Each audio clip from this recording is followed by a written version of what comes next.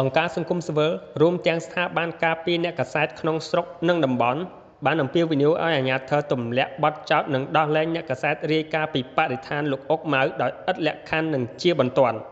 រួមទាំងបញ្ឈប់ការធ្វើទុកបុកម្នេញតាមផ្លូវតុលាការនិងការគំរាមកំហែងប្រឆាំងអ្នកសារព័ត៌មានដទៃទៀតការអំពាវនាវនេះធ្វើឡើងបន្ទាប់ពីលោកអុកម៉ៅកាលពីសប្តាហ៍មុនត្រូវបានសាលាដំបងខេត្តស្ទឹងត្រែងចោទប្រកាន់ពីបទញុះញង់ឲ្យប្រព្រឹត្តបទឧក្រិដ្ឋជាអាតនិងបទបរិហាកេរ្តិ៍ជាសាធារណៈនិងបង្កប់ឲ្យឃុំខ្លួននៅពន្ធនាគារខេត្តជាបណ្ដោះអាសន្នសេចក្តីថ្លែងការណ៍រួមគ្នារបស់អង្គការស្ថាប័នក្នុងស្រុកនិងតំបន់ចំនួន14ដែលចេញផ្សាយនៅរសៀលថ្ងៃទី21ខែឧសភានេះឲ្យដឹងថា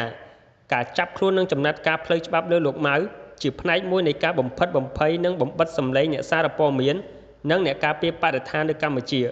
ខណៈចំណាត់ការច្បាប់នេះកើតមានឡើងក្រោយពីលោកម៉ៅបានរាយការណ៍អំពីការកាប់បំផ្លាញព្រៃឈើនៅកម្ពុជាក្រុមអង្គការសង្គមស៊ីវិលទាំងនោះរួមមានសមាគមសម្ព័ន្ធអ្នកសារព័ត៌មានកម្ពុជាក្លឹបអ្នកសារព័ត៌មានបរទេសនៅកម្ពុជាមជ្ឈមណ្ឌលសិទ្ធិមនុស្សកម្ពុជាសហជីពជាតិអ្នកសារព័ត៌មានហ្វីលីពីនជាដើម